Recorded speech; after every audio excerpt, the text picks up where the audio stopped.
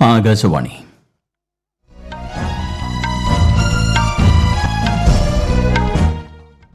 നമസ്കാരം. വാർത്തകൾ വായിക്കുന്നത് ഗോപകുമാർ.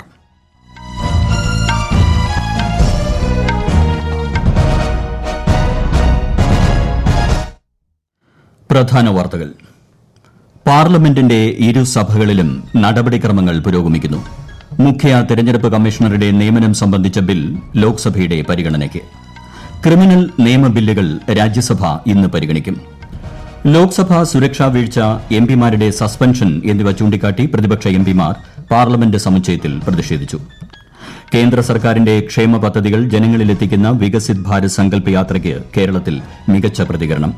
സംസ്ഥാന സർക്കാരിന്റെ നവകേരള സദസ്സ് തിരുവനന്തപുരം ജില്ലയിൽ പുരോഗമിക്കുന്നു. അനധികൃത സ്വത്ത് സമ്പാദന കേസിൽ തമിഴ്നാട് വിദ്യാഭ്യാസ മന്ത്രി കെ പൊന്മുടിക്ക് മദ്രാസ് ഹൈക്കോടതി 3 വർഷം തടവ് ശിക്ഷ വിധിച്ചു. ഇന്ത്യ ദക്ഷിണാഫ്രിക്ക ക്രിക്കറ്റ് പരമ്പരയിലെ 3ാം ഏകദിനം ഇന്ന്. വാർത്തകൾ വിശദമായി. പാർലമെന്റിന്റെ ഇരുസഭകളിലും നടപടിക്രമങ്ങൾ പുരോഗമിക്കുന്നു. മുഖ്യ തെരഞ്ഞെടുപ്പ് കമ്മീഷണറുടെയും മറ്റ് തെരഞ്ഞെടുപ്പ് കമ്മീഷണർമാരുടെയും നിയമനവുമായി ബന്ധപ്പെട്ട ബിൽ ലോക്സഭ ഇപ്പോൾ പരിഗണിക്കുകയാണ്. Press and registration of periodicals ബില്ലും ഇന്ന് ലോക്സഭയുടെ പരിഗണനയ്ക്കെത്തും. രാജ്യസഭയിൽ ചോദ്യോത്തരവേള പുരോഗമിക്കുന്നു. ഭാരതീയ ന്യായ സംഹിത, ഭാരതീയ നാഗരിക് സുരക്ഷാ സംഹിത, ഭാരതീയ സാക്ഷ്യ ബിൽ എന്നീ 3 സുപ്രധാന ക്രിമിനൽ നിയമ ബില്ലുകൾ രാജ്യസഭ ഇന്ന് പരിഗണിക്കും. ടെലികമ്മ്യൂണിക്കേഷൻ ബില്ലും രാജ്യസഭ ഇന്ന് പരിഗണിക്കും. 4 ബില്ലുകളും ലോക്സഭ ഇന്നലെ പാസാക്കിയിരുന്നു. ബ്രിട്ടീഷ് കാലത്തെ നിയമങ്ങളെ പരിഷ്കരിക്കാൻ ഉദ്ദേശിച്ചുള്ളതാണ് ഈ 3 പുതിയ ക്രിമിനൽ നിയമ ബില്ലുകളുമെന്ന് കേന്ദ്ര ആഭ്യന്തരമന്ത്രി അമിത്ഷാ ഇന്നലെ ലോക്സഭയിൽ പറഞ്ഞു. സ്ത്രീകൾക്കും കുട്ടികൾക്കും നിയമം പ്രത്യേക പരിഗണന നൽകുന്നു. ഭീകരവാദത്തിന് കൃത്യമായ നിർവചനവും ഇതിൽ ഉൾപ്പെടുത്തിയിട്ടുണ്ടെന്ന് ശ്രീ അമിത്ഷാ വ്യക്തമാക്കി.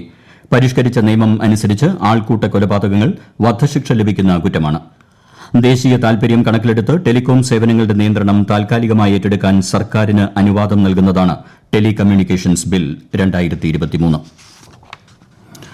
ലോക്സഭാ സുരക്ഷാ വീഴ്ച, എംപിമാരുടെ സസ്പെൻഷൻ എന്നിവ ചൂണ്ടിക്കാട്ടി പ്രതിപക്ഷ എംപിമാർ ഇന്ന് പാർലമെന്റ് സമുച്ചയത്തിൽ പ്രതിഷേധ പ്രകടനം നടത്തി. കോൺഗ്രസ് ദേശീയ അധ്യക്ഷൻ മല്ലികാർജ്ജുൻ ഖാർഗെയുടെ നേതൃത്വത്തിലായിരുന്നു പ്രതിഷേധം. കേന്ദ്ര പദ്ധതികൾ ജനസമക്ഷം അവതരിപ്പിച്ച് വികസിത് ഭാരത് സങ്കല്പ് യാത്രയുടെ കേരളത്തിലെ പര്യടനം പുരോഗമിക്കുന്നു. ഇന്ന് തിരുവനന്തപുരം ജില്ലയിലെ പോത്തൻകോട്, അണ്ടൂർകോണം, കൊല്ലം ജില്ലയിലെ കുന്നത്തൂർ, ശൂരനാട്, മലപ്പുറം ബ്ലോക്കിലെ മൂർക്കനാട്, പുഴക്കാട്ടിരി, കാസർഗോഡ് ജില്ലയിലെ പള്ളിക്കര എന്നിവിടങ്ങളിൽ വികസിത് ഭാരത് സങ്കല്പ് യാത്രയെത്തും. കണ്ണൂർ ജില്ലയിലെ നഗരപ്രദേശങ്ങളിൽ പര്യടനം തുടങ്ങി. രാവിലെ പയ്യന്നൂർ നഗരസഭയിലാണ് യാത്രയെത്തിയത്. ഗ്രാമീണ മേഖലയിലെ യാത്ര രാവിലെ ചെമ്പിലോട് പഞ്ചായത്തിലെത്തി. ഉച്ചയ്ക്ക് ശേഷം പയ്യന്നൂർ നഗരസഭയിൽ പഴയ ബസ് സ്റ്റാൻഡിന് സമീപവും അഞ്ചരക്കണ്ടി പഞ്ചായത്തിലും എത്തി. വികസിത് ഭാരത് സങ്കല്പ് യാത്ര ഇടുക്കിയിലെ മാങ്കുളം പഞ്ചായത്തിലെത്തി. വികസിത് ഭാരത് സങ്കല്പ് യാത്ര ഇന്ന് എറണാകുളം ജില്ലയിൽ പായിപ്ര, വാളകം എന്നീ ഗ്രാമപഞ്ചായത്തുകളിൽ പര്യടനം നടത്തും. പാലക്കാട് ജില്ലയിൽ വികസിത് ഭാരത് സങ്കല്പ് യാത്രകൾ ഇന്ന് ഏലവഞ്ചേരി, മേലാർകോട് പഞ്ചായത്തുകളിലും ഒറ്റപ്പാലം, ഷൊർണൂർ നഗരസഭകളിലും പര്യടനം നടത്തും. കേന്ദ്ര സർക്കാരിന്റെ വിവിധ ക്ഷേമ പദ്ധതികളെക്കുറിച്ച് അവബോധം സൃഷ്ടിക്കുക എന്ന ലക്ഷ്യത്തോടെ സംഘടിപ്പിക്കുന്ന വികസിത് ഭാരത് സങ്കല്പ് യാത്ര തൃശൂർ ജില്ലയിൽ പ്രയാണം തുടരുന്നു. കൂടുതൽ വിവരങ്ങളുമായി ആകാശവാണി തൃശൂർ ജില്ലാ പ്രതിനിധി ഭരിത പ്രതാപ്. തൃശൂർ ജില്ലയിൽ പുഴയ്ക്കൽ ബ്ലോക്കിൽ പര്യടനം പുരോഗമിക്കുന്ന വികസിത് ഭാരത് സങ്കല്പ യാത്രയ്ക്ക് കൈപ്പറമ്പ് ഗ്രാമപഞ്ചായത്തിൽ ഉജ്ജ്വല സ്വീകരണമാണ് ഇന്ന് നൽകിയിരിക്കുന്നത്. മുണ്ടൂർ നെഹ്റു പാർക്കിൽ നടന്ന പരിപാടിയുടെ ഉദ്ഘാടനം കൈപ്പറമ്പ് ഗ്രാമപഞ്ചായത്ത് standing committee chairperson Ajitha Umesh നിർവഹിച്ചു. പരിപാടിയുടെ ഭാഗമായി ഉജ്ജ്വൽ യോജന കീഴിൽ പുതിയ പാചകവാതക കണക്ഷനുകൾ വിതരണം ചെയ്യൽ, കേന്ദ്ര ഗവൺമെന്റിന്റെ വിവിധ സാമൂഹിക സുരക്ഷാ പദ്ധതികളിൽ പേര് ചേർക്കുന്നതിനുള്ള സൌകര്യം എന്നിവ ഒരുക്കിയിരുന്നു. യോഗ, സ്പീച്ച്, വിവിധ കലാപരിപാടികൾ എന്നിവയും പരിപാടിയുടെ ഭാഗമായി അരങ്ങേറി. തൃശൂർ ജില്ലയിൽ മുളങ്കുന്നത്തുകാവ്, തോളൂർ ഗ്രാമപഞ്ചായത്തുകളിലാണ് വികസിത് ഭാരത് സങ്കല്പ യാത്ര നാളെ പര്യടനം നടത്തുക. നവകേരള സദസ്സിന് തിരുവനന്തപുരം ജില്ലയിൽ തുടക്കമായി. ജില്ലയിലെ ആദ്യ പ്രഭാതയോഗം ഇന്ന് രാവിലെ ആറ്റിങ്ങലിൽ ആരംഭിച്ചു. ചിറയൻകീഴ്, ആറ്റിങ്ങൽ, വാമനപുരം, നെടുമങ്ങാട് മണ്ഡലങ്ങളിലാണ് ഇന്ന് നവകേരള സദസ്സ് നടക്കുന്നത്. നവകേരള സദസ്സിന്റെ തിരുവനന്തപുരം ജില്ലയിലെ ആദ്യ പര്യടനം ഇന്നലെ വർക്കല മണ്ഡലത്തിലാണ് നടന്നത്. നാളെ അരുവിക്കര, കാട്ടാക്കട, നെയ്യാറ്റിൻകര, പാറശാല മണ്ഡലങ്ങളിലും മറ്റന്നാൾ കോവളം, നേമം, കഴക്കൂട്ടം, വട്ടിയൂർക്കാവ്, തിരുവനന്തപുരം മണ്ഡലങ്ങളിലും നവകേരള സദസ്സ് നടക്കും. നാളത്തെ പ്രഭാതയോഗം കാട്ടാക്കടയിലും ശനിയാഴ്ചത്തെ പ്രഭാതയോഗം ഇടപ്പഴിഞ്ഞിയിലും നടക്കും.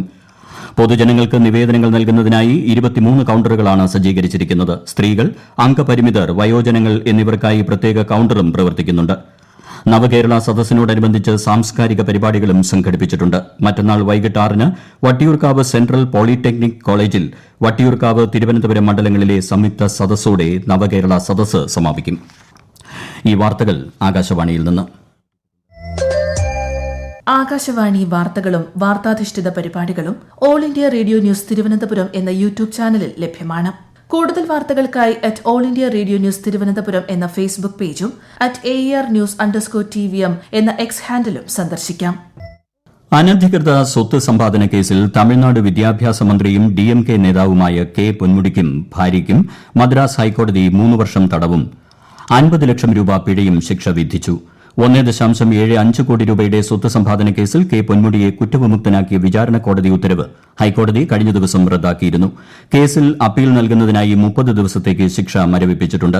കെ പൊന്മുടിക്ക് മന്ത്രിസ്ഥാനം നഷ്ടപ്പെടുന്ന സാഹചര്യത്തിൽ വകുപ്പ് ചുമതല മറ്റ് മന്ത്രിമാർക്ക് കൈമാറും. 2006-നും 2010-നും ഇടയിൽ ഖനി മന്ത്രിയായിരിക്കെ നടന്ന സ്വത്ത് സമ്പാദനമാണ് കേസിന് അടിസ്ഥാനം. റെയിൽവേ ജോലികൾക്കായി ഭൂമി ഏറ്റെടുത്തതുമായി ബന്ധപ്പെട്ട കള്ളപ്പണം വെളുപ്പിക്കൽ കേസിൽ RJD അധ്യക്ഷനും ബീഹാർ മുൻ മുഖ്യമന്ത്രിയുമായ ലാലു പ്രസാദ് യാദവിനെ എൻഫോഴ്സ്മെന്റ് ഡയറക്ടറേറ്റ് ചോദ്യം ചെയ്യലിനായി വിളിപ്പിച്ചു. ഈ മാസം 27-നാണ് ഡൽഹിയിലെ ED ഓഫീസിൽ ഹാജരാകേണ്ടത്. കേസിൽ മൊഴി നൽകുന്നതിനായി നാളെ ഹാജരാകാൻ ലാലു പ്രസാദ് യാദവിന്റെ മകനും ബീഹാർ ഉപമുഖ്യമന്ത്രിയുമായ തേജസ്വി യാദവിനോട് ആവശ്യപ്പെട്ടിട്ടുണ്ട്. 2023 വർഷത്തെ കേന്ദ്ര സാഹിത്യ അക്കാദമി അവാർഡുകൾ പ്രഖ്യാപിച്ചു. സാഹിത്യ പഠന വിഭാഗത്തിൽ മലയാള നിരൂപകൻ EV രാമകൃഷ്ണൻ സാഹിത്യ അക്കാദമി പുരസ്കാരം സ്വന്തമാക്കി. മലയാള നോവലിന്റെ ദേശകാലങ്ങൾ എന്ന കൃതിക്കാണ് പുരസ്കാരം. രാജ്യത്തെ 24 ഭാഷകളിലെ സാഹിത്യകൃതികൾക്കാണ് സാഹിത്യ അക്കാദമി പുരസ്കാരങ്ങൾ നൽകുന്നത്.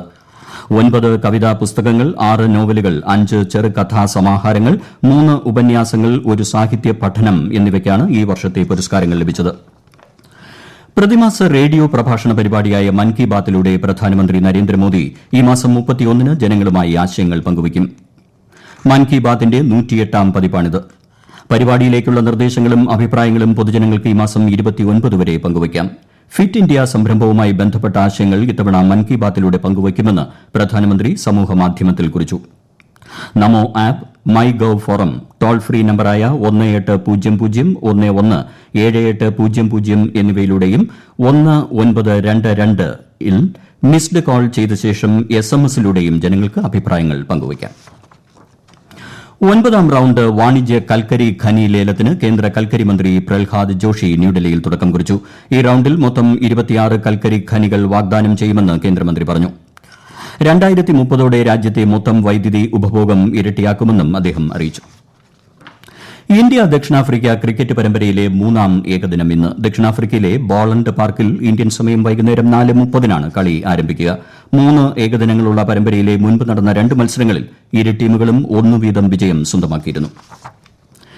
യുദ്ധഭൂമിയായ ഗാസ മുൻപിലേക്ക് കൂടുതൽ മാനുഷിക സഹായം ആവശ്യപ്പെടുന്ന പ്രമേയത്തിന്മേലുള്ള വോട്ടെടുപ്പ് UN രക്ഷാസമിതിയിൽ ഇന്നലെ രാത്രിയും നടന്നില്ല.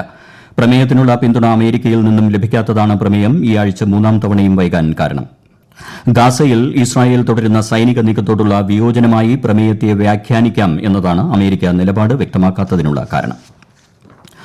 അഫ്ഗാനിസ്ഥാനിലെ ജനങ്ങളോടുള്ള ഇന്ത്യയുടെ അചഞ്ചലമായ പ്രതിബദ്ധത ആവർത്തിച്ച് ഐക്യരാഷ്ട്രസഭയിലെ ഇന്ത്യയുടെ സ്ഥിരം പ്രതിനിധി രുചിര കാംബോജ്. തീവ്രവാദം, പ്രകൃതി ദുരന്തങ്ങൾ തുടങ്ങിയ പ്രതിബന്ധങ്ങൾക്കെതിരെ പോരാടുന്ന അഫ്ഗാനിസ്ഥാന് അന്താരാഷ്ട്ര ശ്രദ്ധയും പിന്തുണയും തുടരേണ്ടതിന്റെ ആവശ്യകതയും അവർ വ്യക്തമാക്കി. അഫ്ഗാനിസ്ഥാനിലെ സ്ഥിതിഗതികളെക്കുറിച്ച് UN രക്ഷാസമിതിയിൽ സംസാരിക്കുകയായിരുന്നു അവർ. കാശ്മീരിലെ ഏറ്റവും കഠിനമായ ശീതകാലം ചില്ലായ് കലൻ ഇന്ന് ആരംഭിച്ചു. താപനില പലയിടത്തും 0 ഡിഗ്രിക്ക് താഴെയാകുന്ന സമയമാണ് ഈ കാലം. ശ്രീനഗർ, പഹൽഗാം, ഗുൽമാർഗ്, കാസികുണ്ട്, കോക്കർനാഗ് എന്നിവിടങ്ങളിൽ കുറഞ്ഞ താപനില 0-നും താഴെയാണ്. കാശ്മീരിൽ അടുത്ത ഏതാനും ദിവസങ്ങളിൽ പൊതുവെ വരണ്ട കാലാവസ്ഥയായിരിക്കുമെന്ന് കേന്ദ്ര കാലാവസ്ഥാ വകുപ്പ് പ്രവചിക്കുന്നു. പ്രധാന വാർത്തകൾ വീണ്ടും. പാർലമെന്റിന്റെ ഇരുസഭകളിലും നടപടിക്രമങ്ങൾ പുരോഗമിക്കുന്നു. മുഖ്യ തെരഞ്ഞെടുപ്പ് കമ്മീഷണറുടെ നിയമനം സംബന്ധിച്ച ബിൽ ലോക്സഭയുടെ പരിഗണനയ്ക്ക്. ക്രിമിനൽ നിയമ ബില്ലുകൾ രാജ്യസഭ ഇന്ന് പരിഗണിക്കും. ലോക്സഭാ സുരക്ഷാ വീഴ്ച, എംപിമാരുടെ സസ്പെൻഷൻ എന്നിവ ചൂണ്ടിക്കാട്ടി പ്രതിപക്ഷ എംപിമാർ പാർലമെന്റ് സമുച്ചയത്തിൽ പ്രതിഷേധിച്ചു. കേന്ദ്ര സർക്കാരിന്റെ ക്ഷേമ പദ്ധതികൾ ജനങ്ങളിലെത്തിക്കുന്ന വികസിത് ഭാരത് സങ്കല്പ് യാത്രയ്ക്ക് കേരളത്തിൽ മികച്ച പ്രതികരണം. സംസ്ഥാന സർക്കാരിന്റെ നവകേരള സദസ്സ് തിരുവനന്തപുരം ജില്ലയിൽ പുരോഗമിക്കുന്നു.